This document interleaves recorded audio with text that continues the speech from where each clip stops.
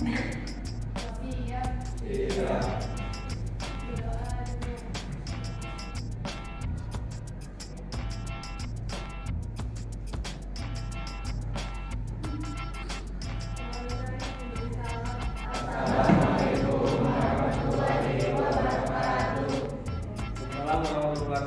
Oke, saya akan absen dulu ya.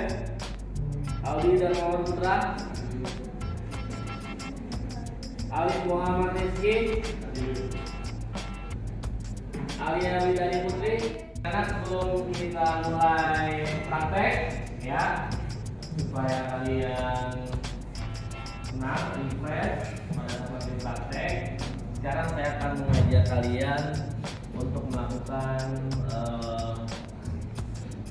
penunjukan hati ya. Silakan kalian pejamkan mata dan tarik nafas dalam-dalam ya, terus membuka ya. Oke, pejamkan matanya, tarik nafas dalam-dalam, membuka ya. Lagi tarik nafas, buka ya. Oke, sekali lagi ya. Nah ya, benar ya, kita latih ya. Oke, mudah-mudahan dengan tadi ya kalian laksanakan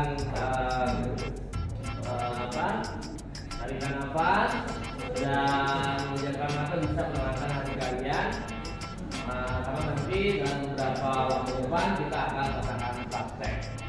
Ya, anak-anak, pada pembelajaran hari ini kita masih mempelajari tentang memahami konsep dan menerapkan, mendokumentasikan, mengkomunikasikan serta memecahkan masalah secara prosedural terkait static routing ya, termasuk recursive hop, maxhop, failover with recursive maxhop, load balancing ATMP, polish root, root type, dan TTL ya. Oke anak-anak, sebelum kalian praktikum nanti, sekarang saya akan melakukan asesmen formatif awal pada kalian. Silakan kalian buka LMS dan buka materi data engineering-nya. Di dalam sana ada asesmen formatif awal static root. Silakan dikerjakan dan silakan kerjakan dengan saya sendiri, itu untuk mengukur kemampuan kalian. Oke, anak-anak, setelah kalian melaksanakan uji asesmen formatif awal ya, dan dari hasil yang saya lihat, saya akan membagi kelompok berdasarkan nilai-nilai yang tertinggi, sedang, dan rendah. Di dalam kelompok nanti kalian akan dibagi dengan perolehan siswa yang nilainya mendapatkan nilai tinggi, sedang, dan rendah. Ya, kelompok pertama itu adalah Rodua Ula, Rela Tarut, Amita Siti Nuraini, Asia Reka Azhara. Kelompok dua Siti Aisyah, Rizka Dara Budaya, Sonia Maya Senata, Ruli Al-Sami Mutakin. Kelompok tiga Dosa Hikmatul Al-Indoran, Bayi Muhammad Subia, Mizan Widyan Albani, dan Rizky Wiyanto. Kelompok empat Laduni Kemal Raza, Ali Muhammad Rizky, Nadia Pratama, Rasya Laban Al-Fatoni. Kelompok lima Muhammad Hafiz Rizal, Rafaliani Ahmad, Dia Naomi Ayat Zahra, Muhammad Wadi Saputra. Kelompok 6 Ali dan Muhammad Putra, dan Rizal Biasa, Christopher Farel Kariano, Muhammad Fitro Muslimin. Kelompok 7 Sila Mulia Seperti Rizal Mawanda, Ayat Nadia Fatiwi Sandra Bidyanapika. Kelompok 8 Alia Widari Putri, Bibianti Putri, Wardan Nur Hasani Limau, Najibah Alifah Gunawan. Oke, anak-anak, setelah kalian mendapatkan kelompok, ya nanti kalian silakan duduknya sesuai dengan kelompoknya masing-masing.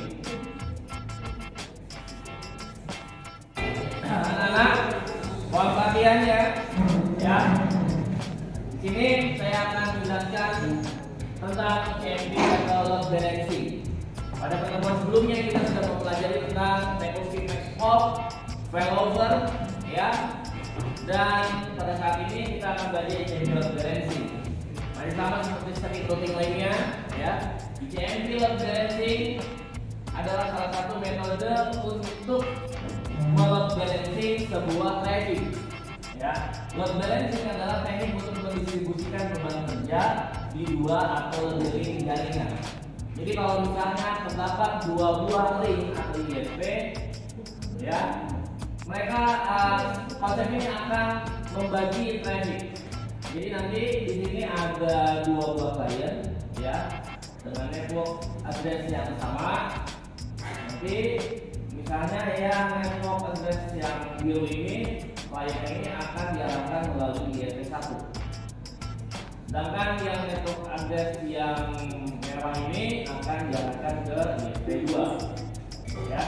Pada CMP, pembagian traffic berdasarkan koneksi dan IP address atau tujuan, source address dan destination address file-nya dari koneksi tersebut. Ya, secara CMP-nya terdapat dua ISP yang digunakan yang aktif. Ya. Lalu ICMP memungkinkan router memiliki lebih dari satu gateway untuk satu network tujuan.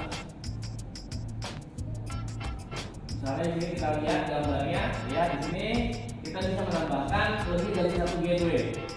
Gateway-nya 12 ya, kalau kemarin dengan topologinya itu mengarah ke router 1 sebagai gateway utamanya, dan gateway kedua itu 192.168.22.1 ini ISP yang ke arah keduanya ya. Kalau kemarin di developer menggunakan backup, tapi sekarang bukan backup lagi. Kalau main backup kan kalau internet satu mati, dia akan mengaktifkan internet yang backupnya. Tapi kalau sekarang dua-duanya ISP ini digunakan. Ya, berbeda dengan contohnya failover. Seperti itu.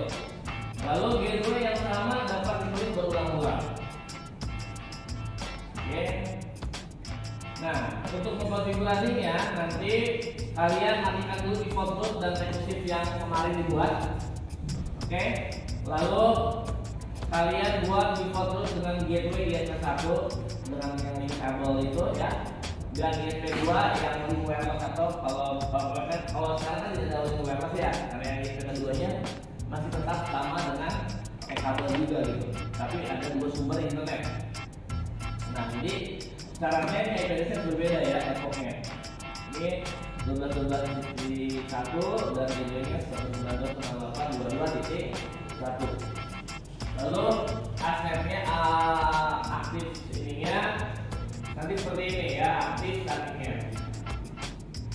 Lalu setelah itu kalian lakukan transload ya, transload ke berbagai website yang berbeda-beda. Nanti kalian lihat menggunakan transload di sini, lihat home-nya di sini ya.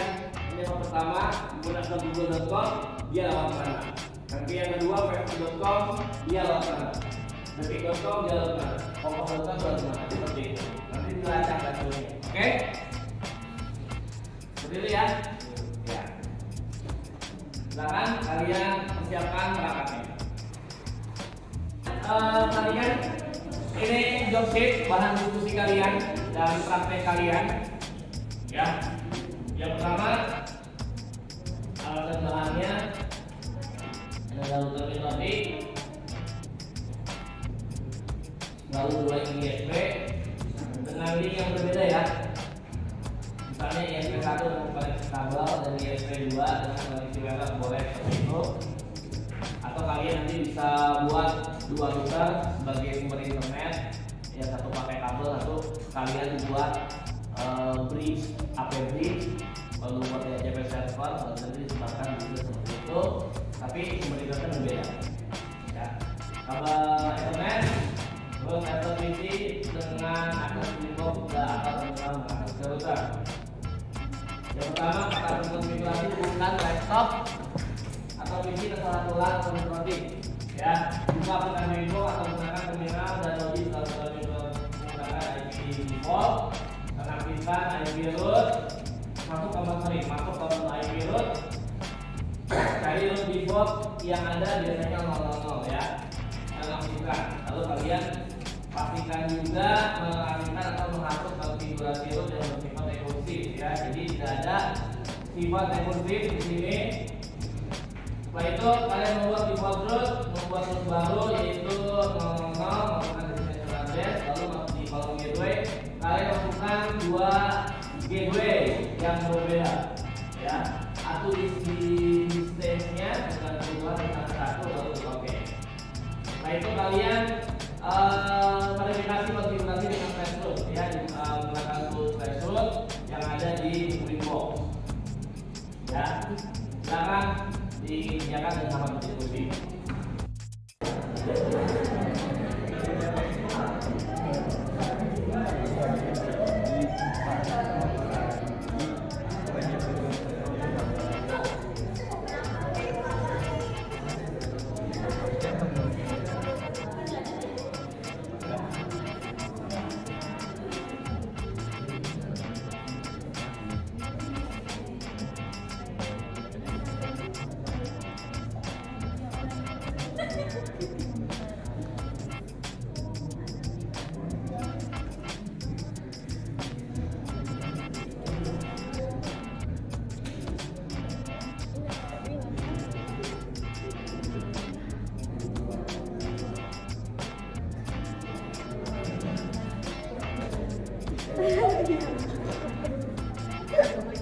Kok yang kayak gini bener sih sudah mulai sih?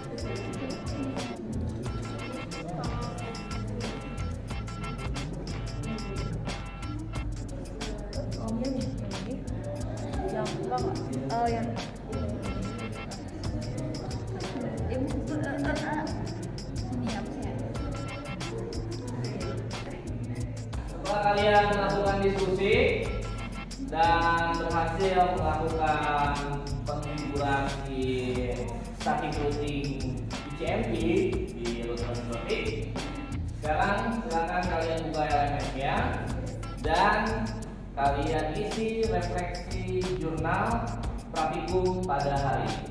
Silakan kalian isi dengan jujur apa saja yang sudah kalian rasakan pada praktikum kali ini, apa saja yang sudah kalian dapatkan, dan apa yang harus kalian tingkatkan pada kemampuan kompetensi kalian di bidang teknik ICMP.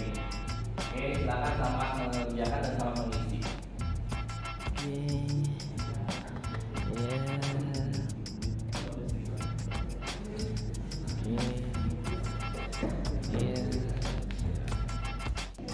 Oke anak-anak, sekarang saya akan menunjuk Hafiz untuk membacakan refleksi praktikum kita kali ini.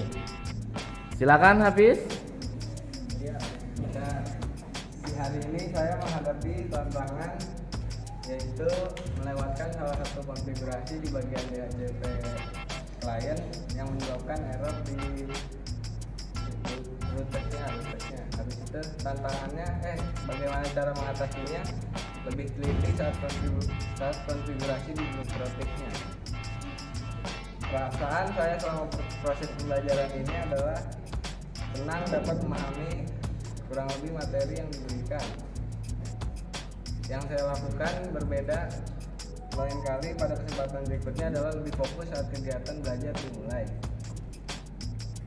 Pertanyaannya adalah ingin mempelajari dan mengulas lagi mikrotik yang sudah dipelajari maupun yang akan dipelajari. Sudah, sekian. Terima kasih. Terima kasih, berikan tepuk tangan untuk Hafiz.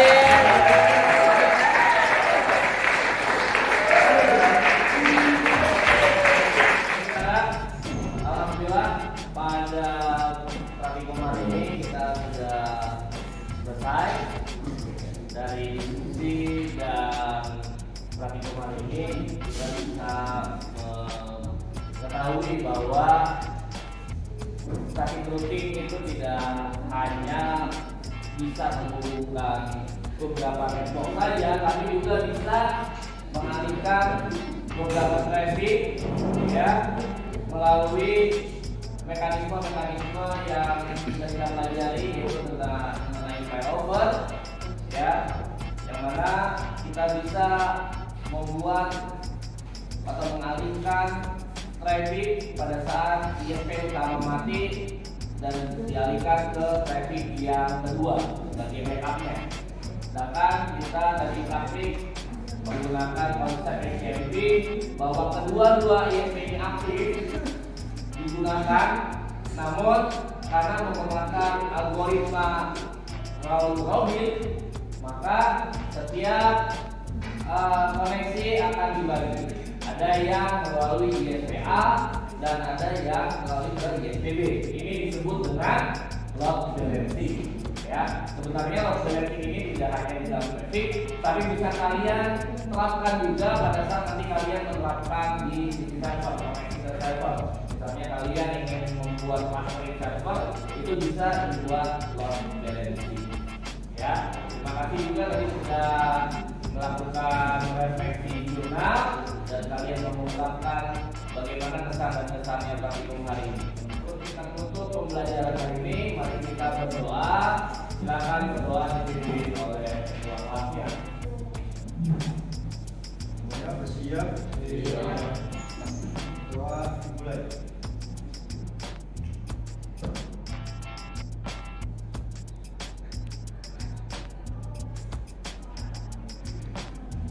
Doa selesai. Beri salam. Assalamualaikum.